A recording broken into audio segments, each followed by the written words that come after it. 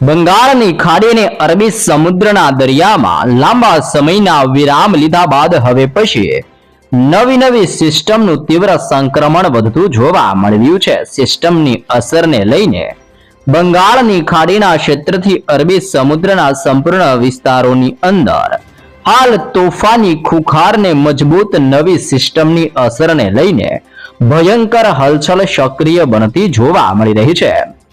ખાસ જાણી લેજો, અત્યારે બંગાળની ખાડીના ઊંડાણવાળા ક્ષેત્રથી લઈને બંગાળની ખાડીના દરિયાઈ કાંઠાના ક્ષેત્રમાં સક્રિય બનતી નવી સિસ્ટમોની અસરને લઈને 1.5 કિલોમીટરના ક્ષેત્રથી લઈને 5.8 કિલોમીટરના આ સંપૂર્ણ એરિયાની અંદર મજબૂત યુસીએ સિસ્ટમ એટલે કે અપર એર સાયક્લોનિક સિસ્ટમનું દબાણ હવે બંગાળની ખાડીના દરિયામાં સક્રિય બનતું જોવા મળી રહ્યું છે. સક્રિય બનતી આ યુસીએ સિસ્ટમોની અસરને લઈને બંગાળની ખાડીના આ વિસ્તારોમાં હવે પછી સિસ્ટમ દિશાઓ બદલીને ધીમે ધીમે દક્ષિણીય ભારતના વિસ્તારોની અંદર બંગાળની ખાડીના દરિયામાંથી આગળ વધી રહેલી જોવા મળી રહી છે. જેમ જેમ સિસ્ટમ આગળ વધી રહી છે તેમ તેમ બંગાળની ખાડીમાં 40 થી લઈને 50 કિલોમીટર પ્રતિ કલાકની ઝડપે હવે પછી તોફાની પવનોની અવરજવર બંગાળની ખાડીના વિસ્તારોની અંદર પોતાનું ભયંકર જોર દર્શાવતી જોવા મળી રહી છે. તે ઉપરાંત અત્યારે અરબી સમુદ્રના આ સંપૂર્ણ ક્ષેત્રની અંદર તોફાન સક્રિય થવાની સાથે માવઠાનું ભયંકર દબાણ વધી રહેલું જોવા મળી રહ્યું છે. સિસ્ટમની તોફાની અસરોને જોતા અરબી સમુદ્રના પવનો પણ અત્યારે દિશાઓ બદલતા હોય તેમ ગુજરાત, મદુરાઈ, મુંબઈના ક્ષેત્રથી અત્યારે બેંગલવીના ક્ષેત્રથી મદુરાઈના દક્ષિણીય ભારતના તટીય વિસ્તારોની અંદર આ ભેજયુક્ત પવનો ટકરાતા જોવા મળી રહ્યા છે. અને અત્યારે તમે જોઈ શકો છો, બંગાળની ખાડીના ક્ષેત્રથી અરબી સમુદ્રના દરિયાની અંદર અનેક પ્રકારની હાઈ પ્રેશર અને લો પ્રેશર સિસ્ટમનું તોફાની દબાણ વધતું જોવા મળી રહ્યું છે.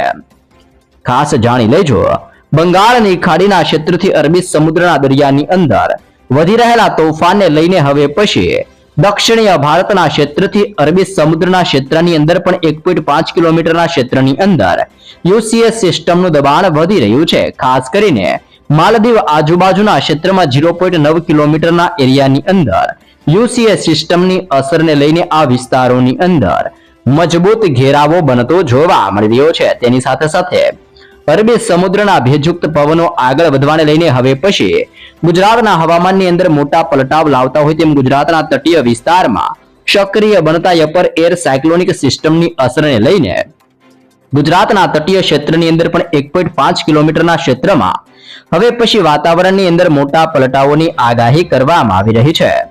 તમે લાઈવ પણ જોઈ શકો છો, પાકિસ્તાનના વિસ્તારમાંથી આગળ વધી રહેલી હાઈ પ્રેશર સિસ્ટમની ભયંકર અસરને લઈને કચ્છનો વિસ્તાર, ઉત્તર ગુજરાતના વિસ્તાર, મધ્ય ગુજરાત, દક્ષિણ ગુજરાત અને સૌરાષ્ટ્રના તટીય વિસ્તારની અંદર હવે પછી ભયંકર તોફાન પોતાની અસર દર્શાવી રહ્યું છે.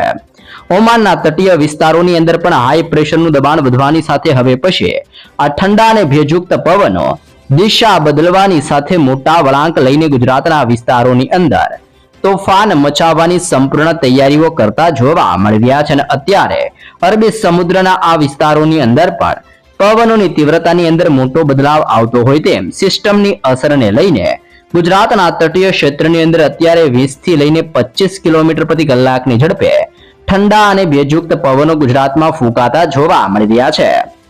ખાસ જાણી લેજો, ગુજરાતના સંપૂર્ણ ક્ષેત્રની અંદર હવે પછી એક સાથે 3 ઋતુનો અહેસાસ સક્રિય થવાની આગાહી કરવામાં આવી છે. જેમાં વહેલી સવાર અને રાત્રિ દરમિયાન ભયંકર ઠંડી, તો ગુજરાત રાજ્યની અંદર હાડ થીજવતી ભયંકર ગરમી પડતી હોય તેમ ઉકળાટ સાથે બપોર દરમિયાન ગરમીનું પ્રમાણ વધવાની તીવ્ર શક્યતાઓ દર્શાવવામાં આવી રહી છે. અને સાંજ અને રાત્રિ દરમિયાન ગુજરાતની અંદર વાદળ છવાયું વાતાવરણ સક્રિય બનતું હોય તેમ સૌરાષ્ટ્રનો ક્ષેત્ર, કચ્છનો વિસ્તાર અને દક્ષિણીય ગુજરાતના વિસ્તારોની અંદર હવે પછી વિરામ લીધા બાદ ફરી એકવાર વાદળોના હળવા ઝુંડ ગુજરાત ઉપર ઘેરાવાની શક્યતાઓ દર્શાવવામાં આવી રહી છે. તમે અત્યારે પણ જોઈ શકો છો, ગુજરાતના અનેક વિસ્તારમાંથી પસાર થઈ રહેલી સાયક્લોનિક સિસ્ટમના ઘેરાવા અને સ્ટ્રફ લાઇનના મજબૂત ઘેરાવાની અસરો ગુજરાત ઉપર ધીમે ધીમે વધી રહેલી જોવા મળી રહી છે. અત્યારે કચ્છનો ક્ષેત્ર, સૌરાષ્ટ્રનો વિસ્તાર, મધ્ય ગુજરાત, ઉત્તર ગુજરાત અને દક્ષિણીય ગુજરાતના ક્ષેત્રની અંદર હવામાનોની અંદર મોટા પલટાઓની આગાહીઓ કરવામાં આવી રહી છે. આમ ગુજરાતના સંપૂર્ણ ક્ષેત્રની અંદર આગામી 48 કલાકની અંદર હવામાન ફરીથી બદલાતું હોય તેવી ભયંકર આગાહીઓ દર્શાવવામાં આવી રહી છે। જ્યાં દર્શક મિત્રો રમણીક વામજાની આગાહી પ્રમાણે આ વર્ષ એટલે કે 2024 નું વર્ષ સારું રહેતું જોવા મળવાનું છે।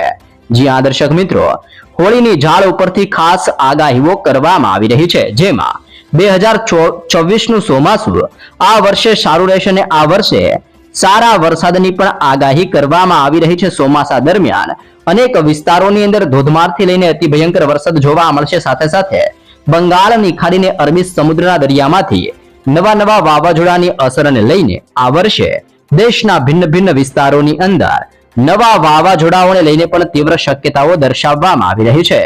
અત્યારે તમે જોઈ શકો છો ઠેર ઠેર વિસ્તારોની અંદર હાઈ પ્રેશર અને લો પ્રેશરનું તીવ્ર દબાણ વધતું હોય તેમ બંગાળની ખાડીને અરબી સમુદ્રના ક્ષેત્રની અંદર હવે પછીથી ફરી એકવાર તોફાન વધી રહેલું જોવા મળી રહ્યું છે।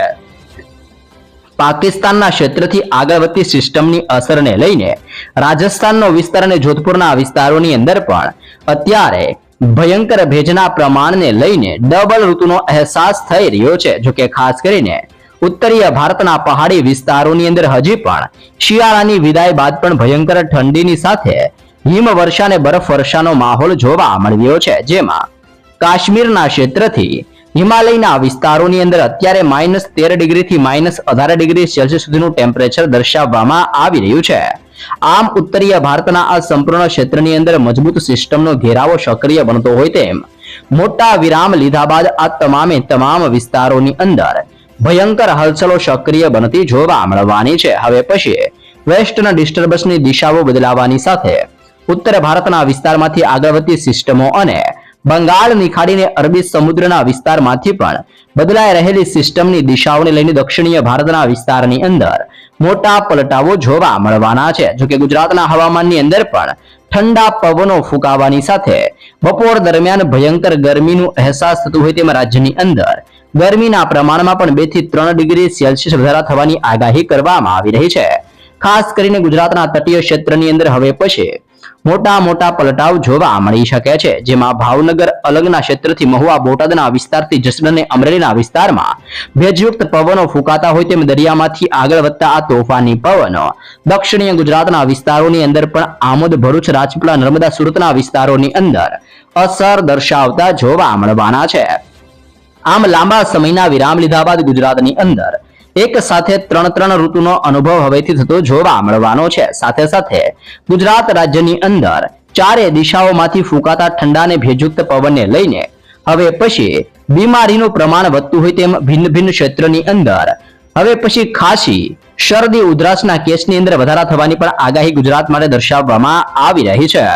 જ્યાં દર્શક મિત્રો અહીંયા તમે લાઈવ જોઈ શકો છો બંગાળની ખાડીના ક્ષેત્રથી લઈને હવે પછી અરબી સમુદ્રના દરિયાની અંદર તોફાન સક્રિય થવાની સાથે નવી સિસ્ટમના મજબૂત ઘેરાવા આ સંપૂર્ણ ક્ષેત્રની અંદર ઘેરાઈ રહેલા જોવા મળી રહ્યા છે।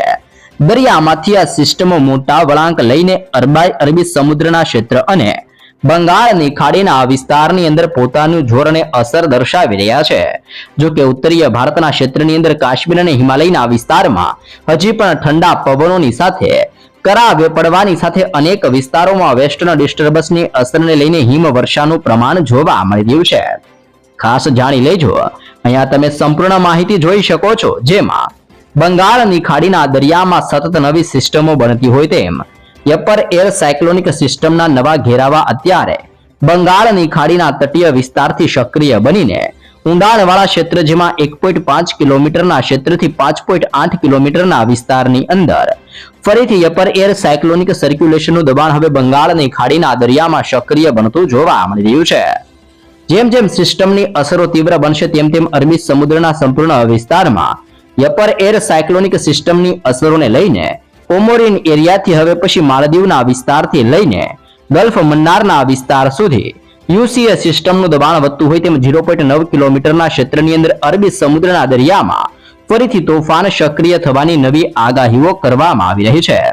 તે ઉપરાંત અત્યારે તમે જોઈ શકો છો ગુજરાતના દરિયાઈ કાંઠાના વિસ્તાર સુધી અપર એર સાયક્લોનિક સિસ્ટમના ઘેરાવાની અસરને લઈને ગુજરાતના તટીય વિસ્તારની અંદર પણ 1.5 કિલોમીટરના ક્ષેત્રની અંદર અપર એર સાયક્લોનિક સર્ક્યુલેશનનું દબાણ વધતું હોય તેમ હવે પછી ગુજરાતના સંપૂર્ણ હવામાનોની અંદર પણ વિરામ લીધા બાદ કંઈક નવા જૂની થવા માટે નવી ચેતવણી અને નવી આગાહીઓ દર્શાવવામાં આવી રહી છે. દરિયાની અંદર બની રહેલી આ સિસ્ટમોની અસરને લઈને દરિયાઈ કાંઠાના અનેક રાજ્ય અને દક્ષિણીય ભારતના વિસ્તારની સાથે ગુજરાતના વિસ્તારની અંદર પણ પલટાવની નવી આગાહી કરવામાં આવી છે.